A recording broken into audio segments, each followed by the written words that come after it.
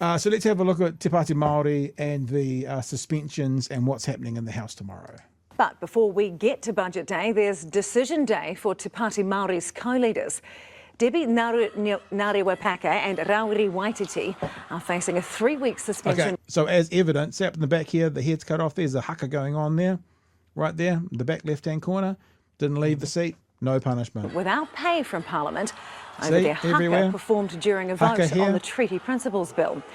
MP Hana-Rawhiti Maipi-Clarke, who initiated the haka, is facing a 7-day suspension without pay. But those punishments are just recommendations from Parliament's Privileges Committee. I mean, can I just say one other thing? I know we've debated this already, but, you know, I know he looks like Rimmer. I've got all of that. But does anyone look particularly... You remember, to be intimidating, I think someone needs to be intimidated. Do they look particularly worried? Do they look like anything's going to happen to them? I mean, other than his regular face, where he always looks something. But... do they look particularly concerned about what's going on? It doesn't look like it to me. So they look like they're momentarily discomforted at best. Yeah, all right. Parliament's Privileges Committee, and given they are so harsh, Speaker Gerry Brownlee has decided the entire Parliament must debate it. And there's a chance it could drag on for weeks. Well, we're going to go back now to Parliament where Lloyd Boyd-Burr joins. Yeah, that's interesting, if it goes on for weeks. I know that they were talking about, you know, the government wants them gone. And one of the reasons they want them gone, I was thinking that as well, Justin says, why 3 glasses of water? I was thinking the same thing. It's like someone's a thirsty boy. Okay, go. I can answer that. Because he's just so dry. Oh, there you go. The government want them gone. And I mean, like, I don't know if this has been confirmed, but it'd be fairly obvious if they could, because they don't want them to contribute to the debate on Budget Day. But of course, it would be incredibly undemocratic if they were going to suspend them and then include Budget Day. So if it happens, suspend them from the day after Budget Day. You know, Te Pāti Māori and their leaders have every right to participate in the conversations around budget and around how this government is choosing to spend our money. So, but I think the reality is now that Gerry's stepped in, and also, I say again, credit to him, now that Gerry's stepped in, this conversation could go on for weeks. And what have we learnt before, Chewie, about when this government has conversations around Māori issues that goes on for weeks? Does it normally end pretty good for them or pretty bad for them? Do you remember? Historically, not great. Yeah. All right. Let's see what... There's a shit ton of misinformation in this discussion. Like I've been fielding some comments in our YouTube videos about this. Yeah. And people have some fucking cooked reasons why it's such a harsh penalty. Some bloke tried to tell me it's because Hana ripped up a piece of paper, which is apparently...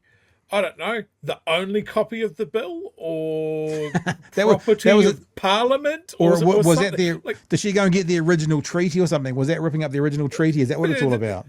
David only had one copy, and now it's fucked. Just like people don't know, they're like ripping the paper is against parliamentary standing orders, and I was like, oh, what? Yeah, it's silly, and people aren't across this at all. And if someone can help me, I know a lot think I may be beyond help. I'm looking as we're speaking. That's why I'm sounding a bit staticky. I think Robert Muldoon got a ban from Parliament, a suspension, and I think it was for 3 days, but that's what I need to confirm. And do you know what it was for? It was for punching someone. No, it was for not right. Punching someone. I thought that was Trevor Mallard, wasn't it, that punched someone? Oh, so what have I got wrong? What was Muldoon's for? Well, when I looked it up last week, it was Rob Muldoon was right for 3 days, and the transgression is recorded as for reflecting upon the Speaker. Now I don't know what the fuck that means. Sounds like pissed on him or something. That's what I looked up as. But yes, the other example that gets mentioned about this is their punch up on the way to the debating chamber, which I believe was Trevor Mallard. So what did they get back? It was Tau. Someone saying that it was Tau Hinara. Oh, it was Tau Hinara, was it? Okay. That's right. It was for a few days. And so what they're now saying is what could be read as intimidation, that's a 3-week ban with no pay. An actual assault, there's like a few days. You know, it's like, I mean, if they were consistent, it would be one thing. But I wonder if Gerry's finally gone, oh, my colleagues make my job so hard. We should talk about this, because if a punch is worth 5 days or whatever it was, this is a bit weird that this is worth 21. And what it looks like to me, and I don't want to say that word again, because when I say the word apathy, people think what the word that comes afterwards.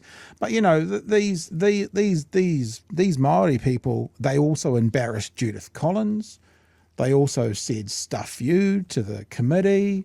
And so it feels like they're saying it's for what's happened in the House, but really it feels like there's a lot of kind of pissiness behind the scenes that they can't say, well, that were mean to us at the Privileges Committee. They didn't let us sit on our big chair. They can't say that it's what it's for. So they're saying it's for what happened in the House. Yep. But if it's what happened in the House, it's disproportionate. Now, how often do we hear the word disproportionate and Māori in the same sentence? So the chain of events is obviously they did this haka. They were going to get dragged in front of the Privileges Committee. They asked for, wasn't it Chris Finlayson to represent them in the Privileges Committee? Yes. And then the committee said, no, we're not having that. And then Te Pāti Māori said, okay, well then this is obviously a sham, because we're not going to follow tikanga or anything like that. Yeah. Like, how can we have a conversation about what we did and why we did it if we're not going to give it its context? So we're not going to participate in this farce. And I think that when you look at that chain of events, that's the conversation that they want to have. And if the full stop on this is like, well, we're just going to fucking throw the book at you guys, an literally unprecedented response, then that says everything that Te Pāti Māori's been saying all along. That we have a white supremacist parliament that has some of the set dressing is Māori, but in ways that it matters, no, we can't have that. If we have a haka in the House, then it's uncivilized. And that just says the quiet bit out loud as far as I'm concerned. You want to have a Westminster Parliament, go to Westminster. I'm just reading some of this thing. It was Trevor Mallard was involved, I think, but it was actually it was Mallard who threw the punch, and he got demoted for it. So Trevor Mallard, except he is heading for demotion after punching Tauhanari. So it was actually Mallard who threw the punch. I can't see too much about a ban from Parliament, though. Now, if that's not a ban from Parliament, like if it's not a stood down for 3 days or whatever, someone can be literally punch someone and they get nothing. I'm going to keep looking because I don't want to be wrong. I'm saying this is what it looks like. I suppose it's because it didn't happen in the House. Oh, well, I know Privileges covers things that didn't. Yeah. Oh, here's a perfect example. David Seymour with his fucking Land Rover stunt. He lied to Parliament about that. He said that he didn't know that it was against the rules, and he was caught on camera saying, well, what are they going to do to me? Drag me in front of Privileges? Like, and he goes, oh, well, no one told me that I couldn't drive a fucking Land Rover up the Parliament steps, apart from the fact that he was told on camera that he couldn't do it. Yeah. And there was no punishment. Nothing no at all. suspended from the House. All right, I'm going to stop doing live research on YouTube and the internet and start playing the story again. Now, Lloyd, what is likely to happen tomorrow? Yes, Sam, well, it could be a complete cluster because every single MP gets a 10-minute speech. There are 123 MPs, so that's what, 20 hours. Did he just say it's going? Did he just say it's going to be a cluster? So we all have to say "fuck" in our head. That's what. Correct. That's the thing. And that has been done. That's what I do. Okay, all right. Of speeches, let's just say not all of them are going to speak because they won't. Let's say half of them are. That's 10 hours of speeches just to respond to that initial motion. But the Speaker's also allowing people to make amendments, so that's sort of proposed changes. And he's also allowing 10-minute speeches in response to each of those amendments, and that's even if you've already spoken. So you can see that these things drag on and on. Now that actually feels like Gerry's, he's putting his thumb on. He's putting his thumb on the scale. Because that sounds like to me someone who wants to delay this perhaps for the budget. I mean, is it unfair of me to think that? No, I think you're exactly right. And I feel like I have to take back every bad thing I said about Gerry Brownlee being Speaker, because this is fucking amazing. Yeah. The 10-minute speeches, the right of reply, and the government has already said to him that they're not happy about that because it will delay the budget. And he's like, well, what could we do about it? Yeah. So, yes, he is leaning on the scales. Which again, like I think is fair. It's an unprecedented action from a speaker in response to an unprecedented punishment from the Privileges Committee. Yep. So again, this is it all tracks. Hat tip. And I guess what you'll probably find is National will want to participate in this about that much, 0. So you might not find it's 10 minutes from everyone. It might be 10 minutes from all of the opposition, though. How many of them? There's 55 opposition, so that's 550 minutes. What's that? Six nines of 54. That's 9 hours. And then the amendments. And then they make one amendment, and they all do it again. And then they make another amendment, and they all do it again. And then they make another, and they all do it again. Yeah, interesting. So actually. It's a hostage situation. You don't often see this in New Zealand politics. You do see it in American politics when they filibuster and they talk for 25 hours straight, sort of thing, you know. Cory Booker, wasn't it? I think was it Cory Booker? I got that wrong. I feel like I've got that wrong. It was Booker. But this feels like the New Zealand version of it. Fascinating. Oh, Chewie decided to leave. Let's get back to the story. On and on. For each amendment, that's another 10 hours. Let's say there's 10 amendments. That's 100 hours. So going to drag on for weeks. Possibly even a month, dare I say it. A month. And it's especially interesting given the Prime Minister is ruling out making any concessions. Is the National Party open to concessions, though? Otherwise, this could drag on for months. You're not open to concessions? No. The Privileges Committee make that decision. They are empowered. We have representatives, as every party does, in the Privileges Committee. And the determination from... What happens, though, see, this is where it's hard to make an absolute statement. So what happens if they come back and they go... if you make concessions, we'll allow the budget to be read. Because if these are 9 hours, 9 hours, 9 hours, 9 hours, 9 hours, tomorrow's Tuesday. You know, it's not very far from Thursday. What if they have to give them a concession to enable their budget to be read at 2 o'clock on Thursday? You know, what if they're still debating because they won't give any concession? This is actually quite an interesting standoff now. Like politically speaking for New Zealand, it's going to be quite fascinating to see what happens from here. From the Privileges Committee, we support. Okay, Lloyd, so no concessions from the government. How will the opposition react to this? Yeah, well, I understand that the Greens are going to filibuster. They've got 15 MPs, so they're going to use each of those 10-minute speeches, and they may even, you know, table some amendments, and then they'll use 15 speeches after that to respond to each of those amendments. So they are planning to filibuster, is my understanding. Labor, they haven't decided yet. They're going to talk to their caucus tomorrow morning about their plan of action.